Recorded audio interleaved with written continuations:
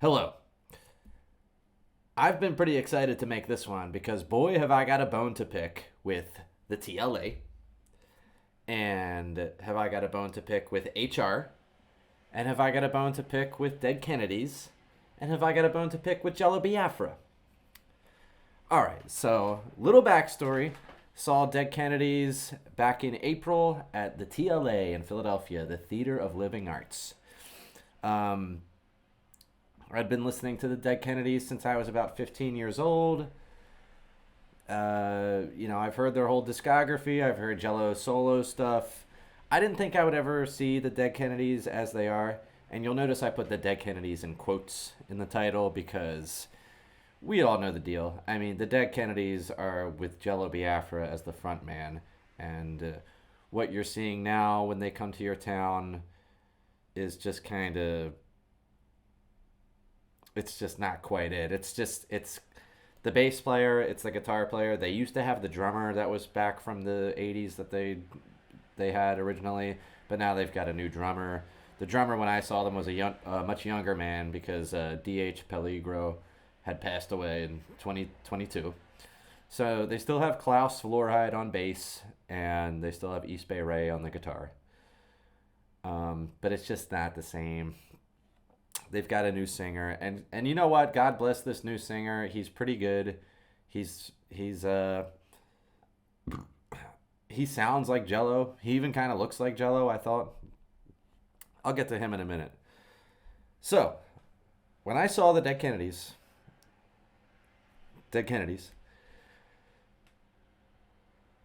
little aside. So, when we were waiting outside, this is the TLA here. This is on Philadelphia's South Street. This is a nice little metropolitan area. Famous place, the TLA. My little caveat at first. So there was a long line. Here's where you go in right here. We were waiting out in line. I was with my sister and I was with my two friends, and we were waiting in a big long line. It was all the way in the back.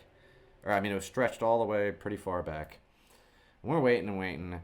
And there's this couple that comes up to us, this Philadelphia couple, both a little bit overweight, and they come up to us, and these people were like something from the early 90s. It was like if you took a couple from the early 90s and brought them to this year, and they just like didn't know shit. Like they were asking us, they're like, "Oh, who's playing tonight?" And we were like, "Oh, it's a Dead Kennedy show." And they were like, "Oh yeah, hon, you want to go see them?" And like the woman was like, "Oh yeah, let's go." And they're like, "We'll just go up and get tickets." And I was like, "It's sold out. Like, you can't get tickets." And it was just like, these fucking people thought that they could just go up to the box office, get tickets to the show. Like this is fucking something out of the 90s. I mean, I literally had to like download an app to get these tickets. It's 2025. You can't just go to the box office the day of, like an hour before the show and just get tickets. I mean, honestly, you probably couldn't even do that back in the 90s because people would go and get the tickets first and then they would get in line. It's not like they were just lining up the day of. I mean, some shows, yeah, sure. Anyway, that was just like a little interesting thing that happened. And then they were talking about having sex in front of us. He's like, "Don't worry, we can just go home and fuck, babe." It's like, okay. No, but you know what? They were kind of like cute though. It was kind of funny seeing them. I got a good laugh out of them. But anyway, so yeah, like I said, I had to download an app just to get tickets. Very punk rock, right? No, but I'm realistic. It's modern times. I wasn't too upset about that. Then I went in and like the ladies like they let me in, but I had to like stand off to the side, and she's like telling me how to like get the tickets into be viewed properly or something like that. I was like, I thought I could just show you like my email, not my email, but you usually get like a ticket link with the email. But this I had to like get the app, and it was kind of annoying. But before we got in, this is what I wanted to say. The TLA, I gotta call out the TLA. I'd seen many shows here. I'd seen The Damned here. I had seen Dr. Dog here. I had seen Scott from Dr. Dog's new band, the Ever Expanding, here. I had seen, I think I might have saw My Morning Jacket there. This is a place I've gone to many, many times. And I always liked it. This time, I fucking hated it. And let me explain why. It's mainly because the security out front. So we go, like I said, we're waiting in line. It's finally my turn to go in. There's a male and a female security person standing outside, right? Um, so it's kind of like if you're a male, you get searched by the male. If you're a female, you get searched by the female. I would have rather been searched by the female, frankly, but they didn't let me pick. So the guy goes, do I have your consent to pat you down? And look, I've been to many events. I've been to the airports. I've been to football games and baseball games where they have security like this. The pat down is usually a just quick, they touch the sides of you, they touch the maybe front and back. This was the most intense pat down I've ever had in my life, and I'm including airport pat downs as well. So this motherfucker asked me asked if he has my consent for a pat down, and I go okay, because that's what I was expecting. This dude, he's grabbing me, he's touching me all over, he's rubbing me up against my armpits, looking down. I'm like practically getting an Indian burn the way he's fucking rubbing against me. And then he gets to my department downstairs, and now I apologize for being crass here, but this is just what happened. I'm just telling you literally what happened. He's rubbing up my leg, up my thigh. He's getting pretty close. Then he rubs up the other thigh. He's getting pretty close. And then he uses the back of his hand to go down me, and he touches my thing. And, yeah. So the TLA security SA'd me before I went into the concert without so much as a how'd he do it. And he's, it must be okay because I asked for your consent. I did not give you consent to touch my D, okay? And I'd appreciate it if you never do that again. And TLA, you got to have a word with your security and tell them to fuck off, because that's not a department that they need to be examining too much. No, I didn't tape a gun to my D. No, I don't have a bomb up my pee hole. And no, I don't have anthrax tied around my balls, okay? There's no need to grope that area. Period. Full stop. And frankly, even if the female security guard did it, I would have had a problem with it. Now, I mentioned before I was with my sister too, and she had the female security guard. And again, I hate to be crass, but she was complaining too about how the woman was very handsy, upstairs, and I'm sure downstairs as well. So yeah, the TLA security nowadays, I don't know why, it's the strictest in the nation. And they have no qualms about giving you the old cup there and, touching your ass. And if you're a woman, they're basically honking your breasts like this. So I don't know why the TLA allows that. Again, this is a rock club, basically. They got punk rock shows and rock and roll shows here and other genres of music as well. But this is like a mid-level kind of place, No need for that. Again, I've been to Philadelphia Eagles games before. I've been to the airport. You'd think they have stricter security. They don't. The TLA has stricter security. So I used to like going to shows there. It's a decent venue. Once you get inside, past the Weinsteins, and you actually get inside to the theater, which I'll show you here. This is a look inside here. So this is a pretty nice place, right? Got the nice hardwood floors. It's actually on like a slope, so it's like you're kind of like here's the stage here, and it's like kind of like this. The floor is slightly angled downward. Usually this ramp isn't here either. So it's a nice solid sized stage. Here's a little bar area over here. This section's like the VIP. You usually have to pay to sit over here.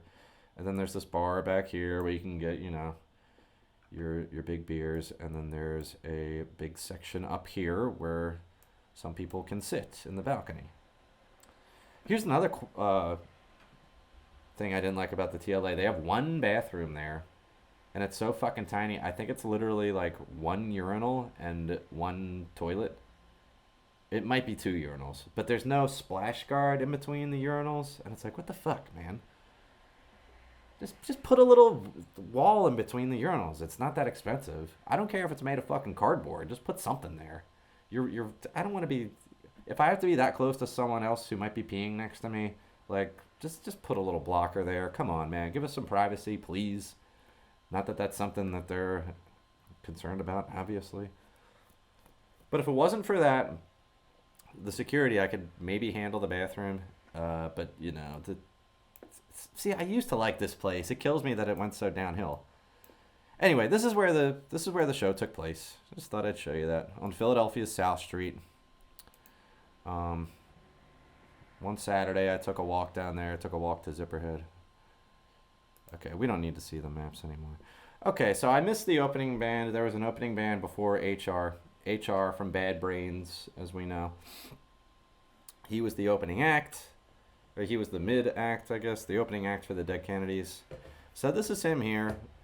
And I know what you're thinking. You're going, Dave, I thought you said you had a bone to pick with him, but he looks pretty cool. He looks like a nice guy here. Look at him smiling here. I'm sure he is a nice guy. Here's my problem with him. This is the show I was at, okay? This is a YouTube channel. This is called Some Jack Wagon. Guy calls himself on YouTube.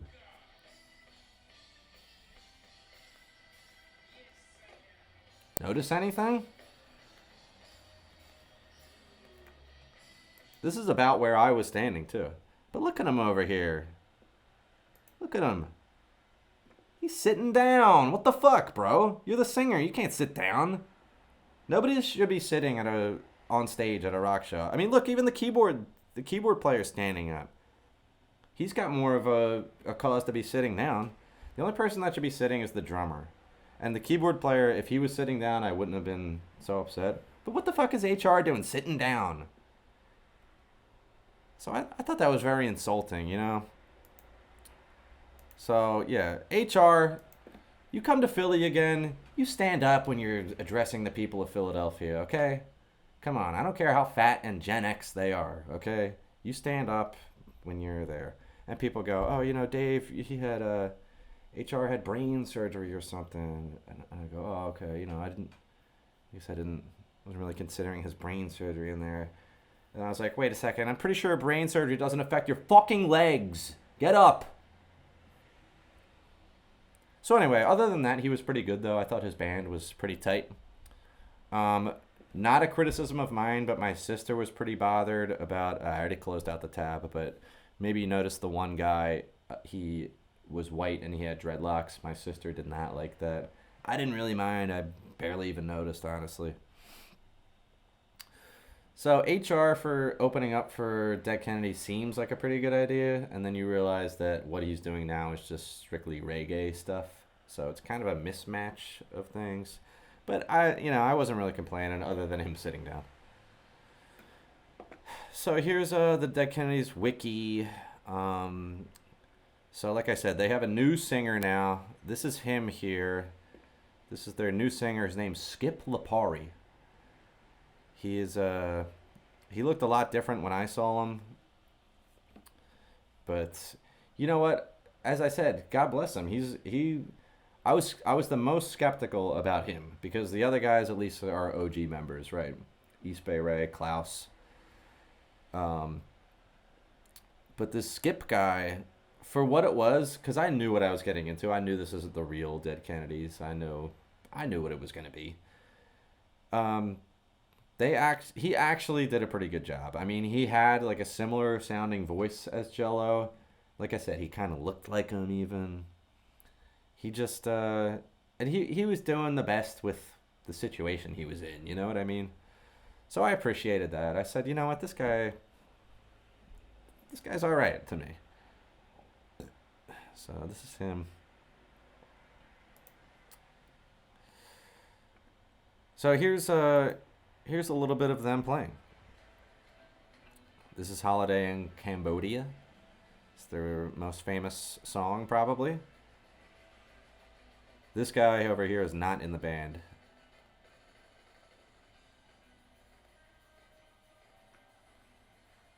See what I mean? He's going for it. he's probably the same age as the other guys. Like I said, the drummer was a younger man, but the skip guy is probably the same age as East Bay Ray and Klaus.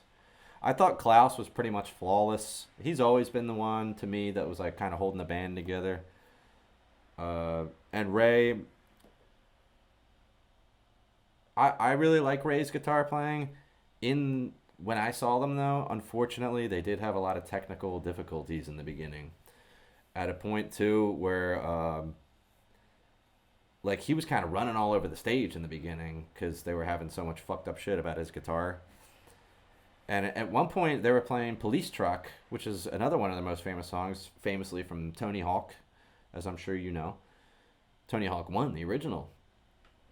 And he's playing. I love the guitar part in that song, you know.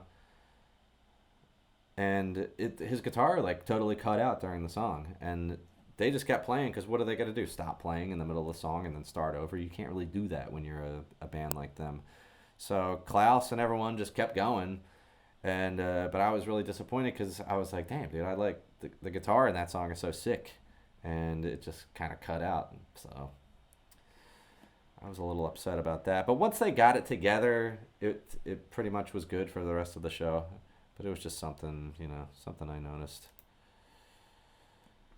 So here's Jello Biafra these days. Thought I had a little more to say about that.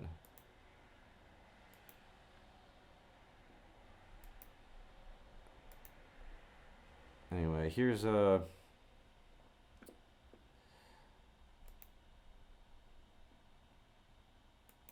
I had the set list pulled up. Let me get the set list out here. Here we go. Okay, sorry about that. Here's the set list that they played. So they opened with Forward to Death. I'm going, okay. Winnebago Warrior, Police Truck. You know, for these first three songs, it was like the guitar was fucking up. And it's not like Ray was fucking up, like playing the wrong notes or anything. It was like technical shit. It was a lot of feedback here, and then it was a lot of like cutting out there, and it was just like I said, he was literally running all over the stage being like, what the fuck, you know. So it's a pretty decent set list, all things considered. Let's Lynch the Landlord, Kill the Poor. Here's something I found interesting. So you know, they have that song MTV Get Off the Air, which you go, maybe that song's a little dated these days, you know. I mean, it was written during the early 80s and it was anti-MTV. So they changed the lyrics, and I don't know if this was Skip's idea or if it was the other guys in the band, but they changed the lyrics to MP3 Get Off the Web, which I just thought that was interesting. They played Too Drunk the Fuck, which I actually did a cover of. It's pretty good. Excuse me. Moon Over Marin. What's that say? Oh, with band introduction. So that's when he's saying to all the guys, Nazi Punks Fuck Off. This song, like, I'm not trying to say I dislike this song, but this song is short, and that shirt that they have that's like the swastika with the X through it, or like the no smoking sign thing through it. Like, I get it and I think it's cool, but it's like, what if you were wearing that shirt and like someone just kind of saw the swastika? Like, I don't know, it's like you're still kind of wearing a swastika, you know what I mean? And I get it, it has the thing through it and saying no Nazis, no, no, no. So I appreciate that, but it's like, you know, just me personally, I'm like, I'm not really trying to wear that. And they played Holiday in Cambodia. I think I left after Holiday in Cambodia, so I didn't see Bleed for Me, Viva Las Vegas, or Chemical Warfare, unfortunately. I was just like, I don't know. Maybe I wasn't in a good mood that night or something, but yeah, I just like, I don't know. I wanted to get out of there. I wasn't super impressed with it. And again, I knew what I was getting into. I knew it wasn't the real Dead Kennedys, but you know, it was fine for what it was. If I don't know what you expect. I mean, I can't really recommend going out to see them. Not that it was a terrible show, but it was just like, it's like a cover band with some of the original members. You know what I mean? So You know, it is what it is. If you're willing to see that, then go see them. I would maybe again, I wouldn't have probably ever saw these guys, but my sister like did me a big favor and she was like, "You get me a ticket for Dead Kennedys," and I was like, "All right, fine, let's go. I'll see them. Not gonna kill me." So yeah, here's them when I saw them, and I just wanted to bring up their most popular songs. This is "Holiday in Cambodia" because you know I made another video talking about how people say that you have to agree with whatever singer's politics are, or else you're not allowed to like the band. I see that a lot in comments and stuff, so I wanted to bring this one up. This one is anti-college douches who like think they know everything, which, and then they're so left-wing that it's basically saying, why don't you move to Cambodia if you're such a leftist and live with Pol Pot? So, thought that was interesting. See, he was more of a Jello Biafra was more of an anarchist when these songs came out, and this is California Uber Alice, of course, where it's mocking Jerry Brown for being too much of a hippie. He was running against Jimmy Carter. I had to look this up. He was running against Jimmy Carter in the Democratic primaries back in the 70s, and this song is making fun of him for being such a hippie. He's like an authoritarian hippie. Like he's making you meditate and he's making you, you know, mellow out or you will pay, he says. Zen fascists will control you. So, you know, just something I wanted to point out. And now I just want to touch on Jello Biafra nowadays. So I think his best work is with the Dead Kennedys. But to be totally honest with you, okay, Lard is okay too. His spoken word stuff is just not for me. Okay, and look how many. He's got like, what, 10 albums here of spoken word. I'm sorry, I'm not going to listen to all of that. It's too long and it's too like, you got to be really into Jello to appreciate this stuff, which I'm just like not quite there about him. I like him fine. I think he's a decent guy. I'm not going to listen to his spoken word stuff. He's super like politically active and he's very much a leftist nowadays. He changed. I believe he calls himself a socialist now. So he's a little different than his anarchist beliefs. And I think he even was going that way in the Dead Kennedys. Like the Bedtime for Democracy, he's already kind of more there than his anarchist roots, if you will. And Lard is pretty good, but it's just kind of weird. But I do like Jello Biafra and the Guantanamo School of Medicine.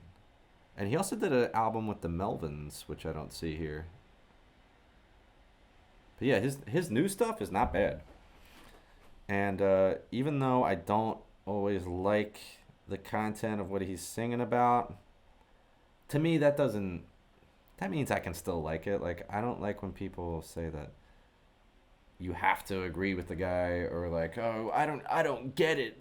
I'm so stupid, I don't get it. And like he's making fun of people like me. It's like, no, I get it. I get he's making fun of people like me. I still like it in spite of that, because the song is bigger than its lyrics.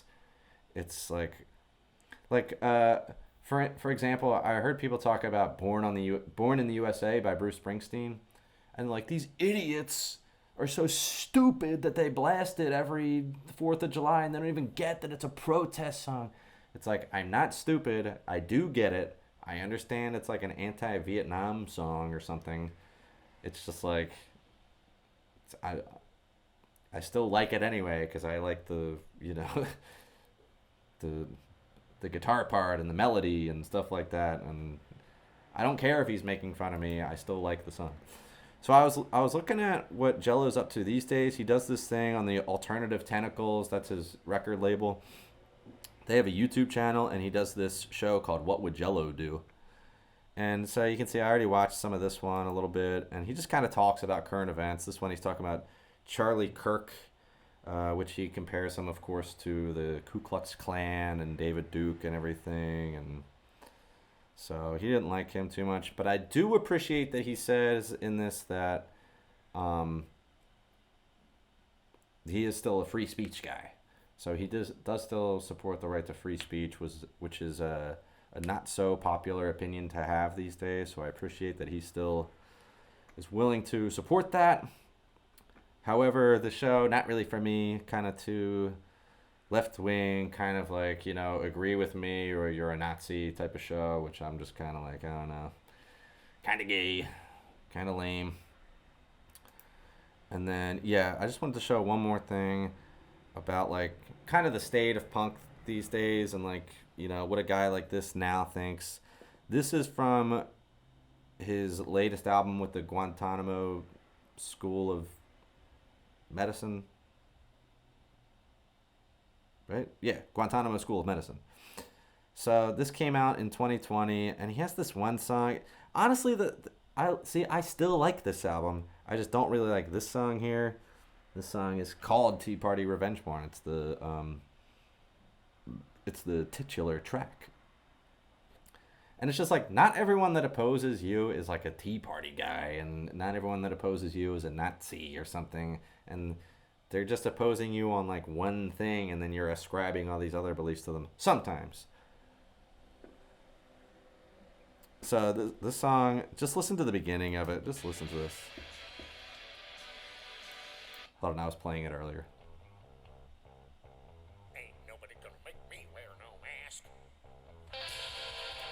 So, he was probably one of these guys who thinks you're a fascist if you don't like to do what the government tells you when they team up with the pharmaceutical industry, multi-billion-dollar industry, and they also work together with a multi-billion-dollar international media industry to like tell you how to live your life and tell you what you have to wear and tell you what you have to do.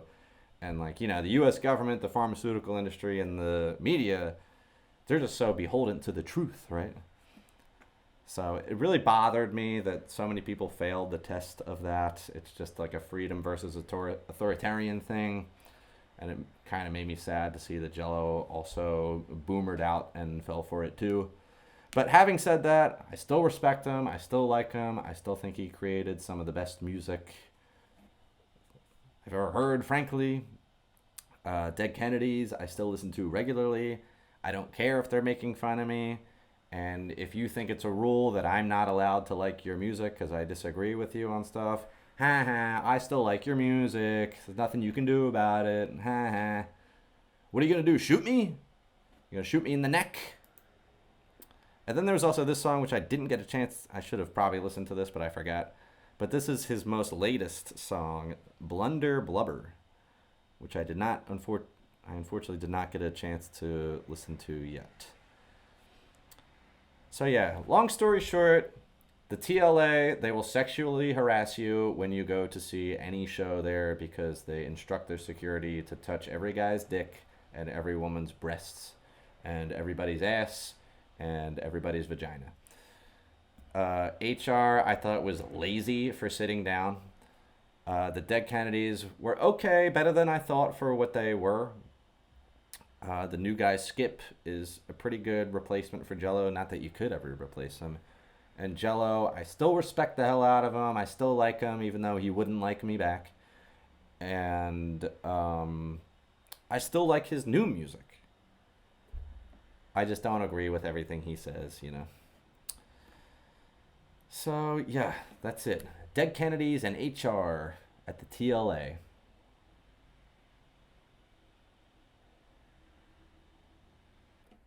I just also wanted to say real quick, I just wanted to add this, that Dead Kennedys and Jello Biafra kind of inspired me to be the way that I am now and to think the way that I think now.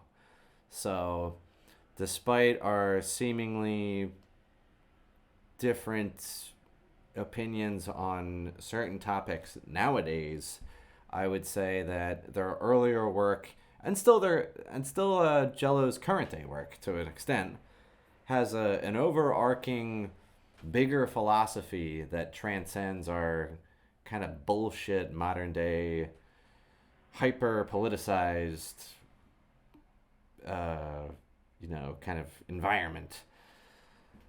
So yeah, they inspired me to think the way that I think and be the way that I am, and to like question the government and to not trust them, and to also not trust corporations, and to mock them and not take them or myself so seriously while doing it.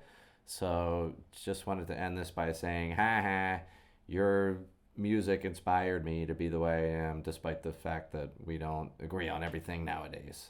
Ha ha. There's nothing you can do about it either. So I hope you enjoyed my concert review of Dead Kennedys. Thank you.